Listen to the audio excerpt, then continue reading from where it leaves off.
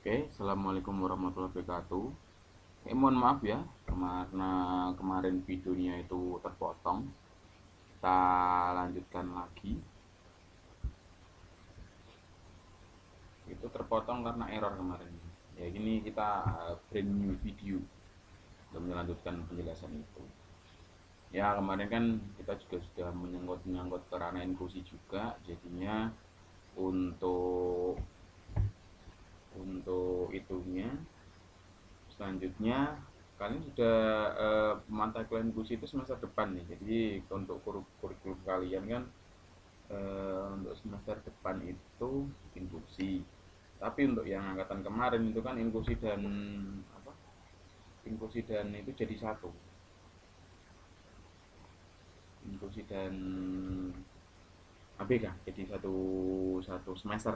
Jadi kalian ini dipisah ya karena sudah beda kurikulum. Tapi nggak apa-apa. Oke, kita lanjut saja untuk yang pendidikan. Kemarin kan kita membahas tentang ranah pendidikan khusus ya. Pendidikan khusus itu kan ada segregatif, ada integratif, ada mainstreaming. Nah, untuk yang integratif nanti akan dijelaskan di mata kuliah inklusi. Untuk sementara kita yang segregatif dan mainstreaming dulu. Nah, segregatif ini contohnya sudah ada di sekolah khusus, yaitu untuk tunanetra ya SLBA, rungu SLBB, SLBC, SLBD, autis, lulusan kesulitan belajar, dan majemuk atau multi disability. Nah, untuk yang kesulitan belajar itu sekarang sudah diambil ke ranah sekolah inklusif karena eh, kesulitan belajar itu kan banyak pembaginya ya. Ada kesulitan belajar yang spesifik, ada kesulitan belajar parsial, ada kesulitan belajar itu karena dia berada di taraf borderline. Borderline tuh ini.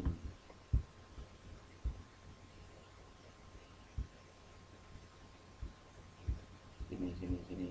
Nah, nah, nah itu di dulu normal mungkin kan bukan memang benar-benar kesulitan belajar yang penuh itu biasanya ada di dul normal ya kan.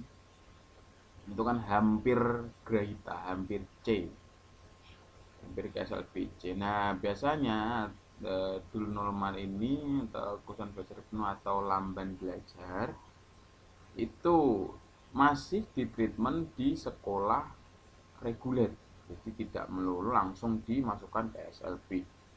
Nah kalau SLB itu biasanya yang dari 0 sampai 70 itu kan ada profound, serve, moderate, sama mild. Nah itu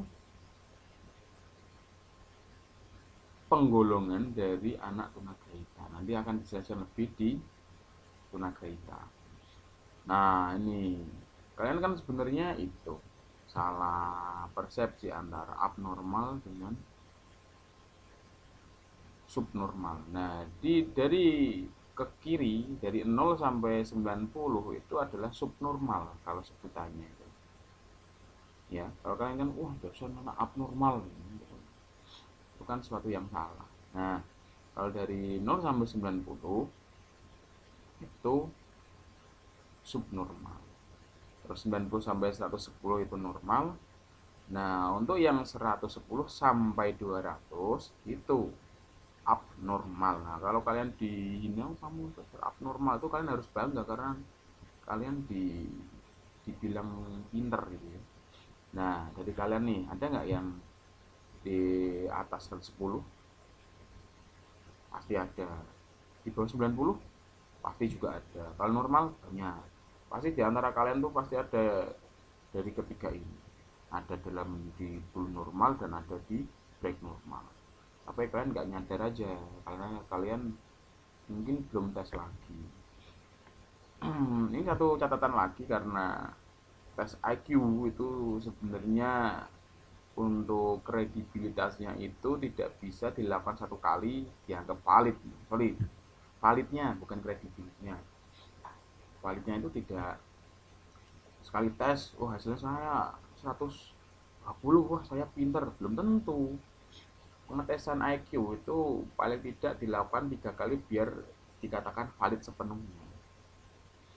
Nah, karena apa? Karena ada faktor-faktor yang mempengaruhi kevalidan IQ. Contohnya, itu ada faktor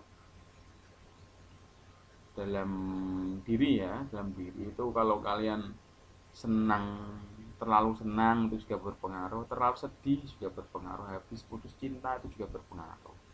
Jadi kalau kalian ke dalam taraf senang, lagi sedang dapat apa senang, itu bisa memacu IQ kalian dan bisa mengeluarkan, bisa menembus batas dari kalian.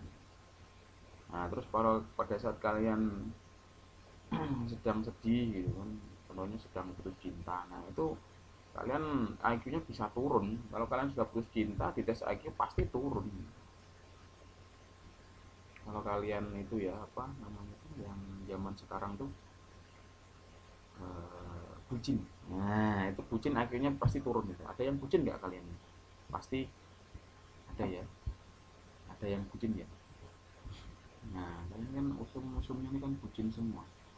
Nah, kalau kalian bucin itu IQ-nya akan berada di bawah standar. Karena apa? Kalian akan melakukan hal-hal yang bertentangan dengan pikiran kalian. Tapi hati kalian ingin, tapi pikirannya tidak ingin. Nah, itu bucin itu bisa menurunkan IQ. Nah, jadi kalau kalian yang bucin silahkan tes IQ. Nanti akan turun. Oke, sudah paham tentang IQ ya. Kita lanjut lagi.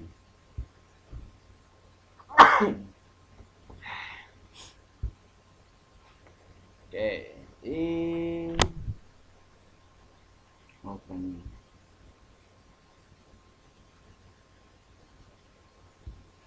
ini segregatif atau sekolah khusus ya. Tadi itu kan belajar itu sudah dibahas, itu dimasukkan dalam inklusi. Kalau itu nama jemu itu multi, itu tetap multi. Itu apa Pak? Multi itu satu orang mengalami 2 kedisabilitasan.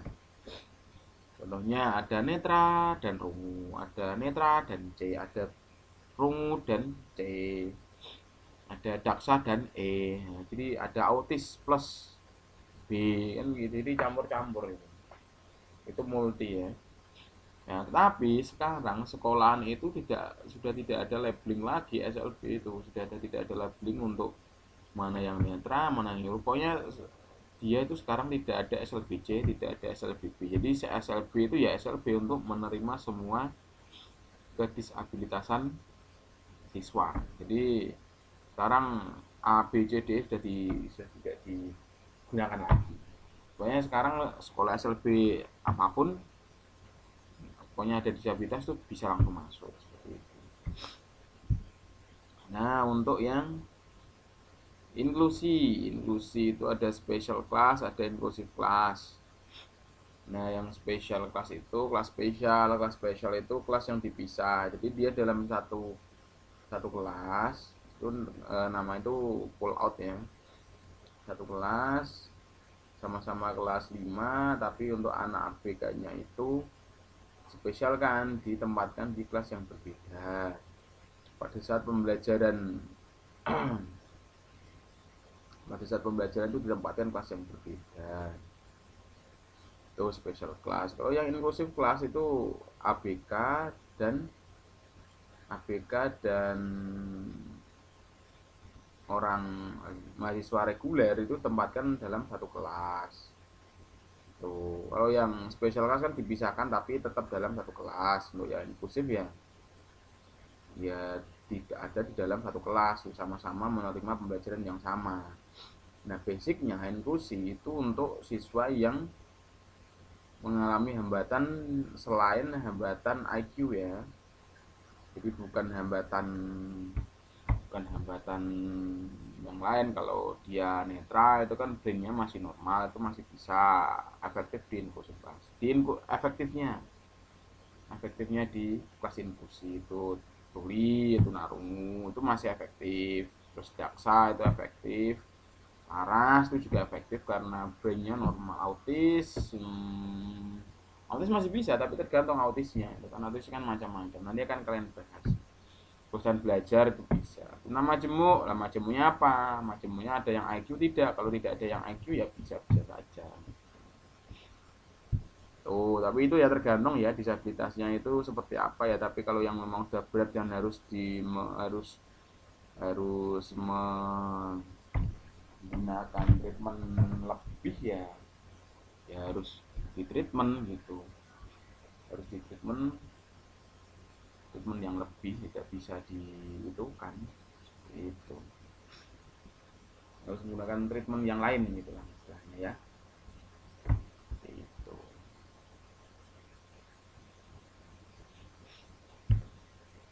Di treatmentnya gimana Pak? Ya di SLB, treatmentnya itu di SLB karena atau terapis. Jadi ada yang berat, berita berat terus dimasukkan ke dalam sekolah yang itu kan ya, sekolah inklusif kan ya susah juga bikinnya kan, aneh. Kasihan sama yang lain. Oke. Oke, setelah itu kita ke ini pendidikan khusus, segregatif sama mainstreaming. Anak berkebutuhan khusus memperoleh layanan pendidikan pada lingkungan khusus yang terpisah dari anak-anak normal. Nah, oh. Tapi kalau yang integratif, itu ya sekolah inklusi tadi itu, jadi bisa dipetakan.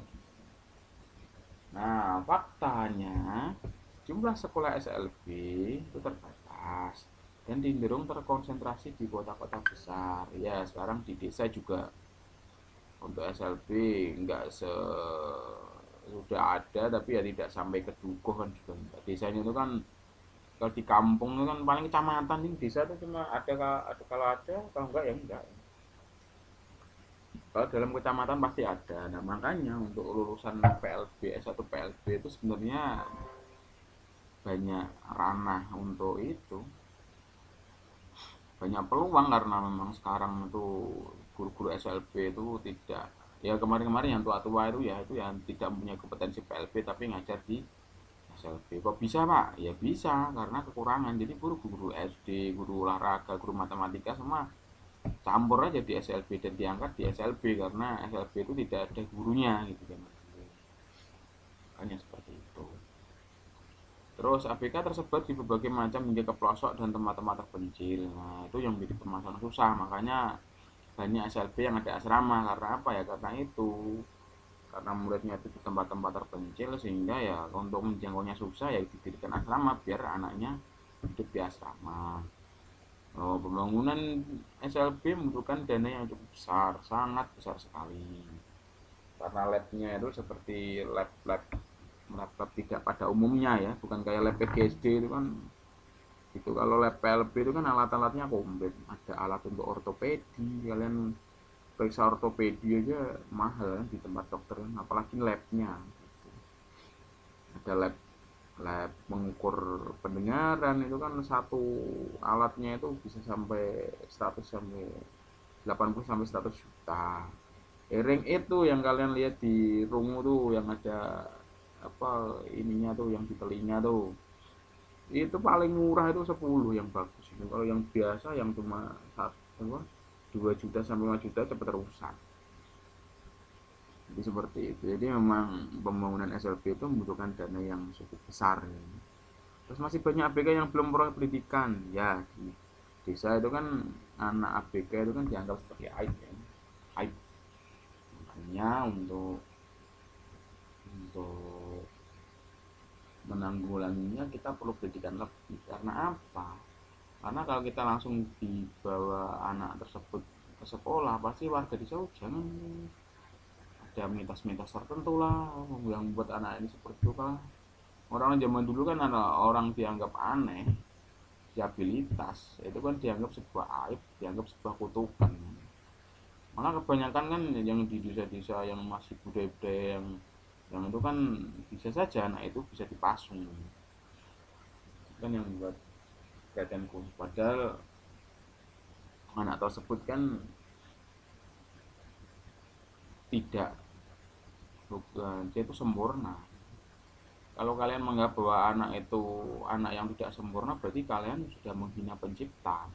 Karena Allah itu menciptakan orang dengan karakteristik yang berbeda itu sempurna di mata Allah. Sempurnanya di mata Allah sama sempurna di mata kalian kan ya berbeda gitu. Makanya kalau kalian ini anak kok bodoh, kalau kalian di SD wah anak kok bodoh ini, kamu sama saja menghina penciptanya gitu. Makanya nggak boleh anak itu dibodoh-bodohkan kecuali bercanda ya. Kalau kalian kan kalau itu kan serius, itu sudah diciptakan oleh Allah ke manusia ya sempurnanya ya seperti itu sempurnanya. Kalau kalian menganggap wah dia masih memiliki kekurangan itu kan anggapan kalian bukan anggapan yang sang pencipta. Kalau kalian juga membuli teman kalian itu kan membuli karena fisik ya berarti kalian juga membuli Tuhan juga. Makanya jangan dibiasakan untuk pembulian gitu ya. Ragam ABK ini dilihat saja kan pasti sudah tahu. Nah kita tunanetra, kalau netra kita bahas di pertemuan selanjutnya. Oke gitu ya. Mohon maaf karena kita menggunakan ini apa menggunakan YouTube terus. Coba kalian nanti presensi sambil polling lah, enak kita menggunakan Zoom atau menggunakan YouTube. Oke, untuk tunanetra ini kita selesaikan minggu depan. Pertemuan saya akhiri. Wassalamualaikum warahmatullahi wabarakatuh.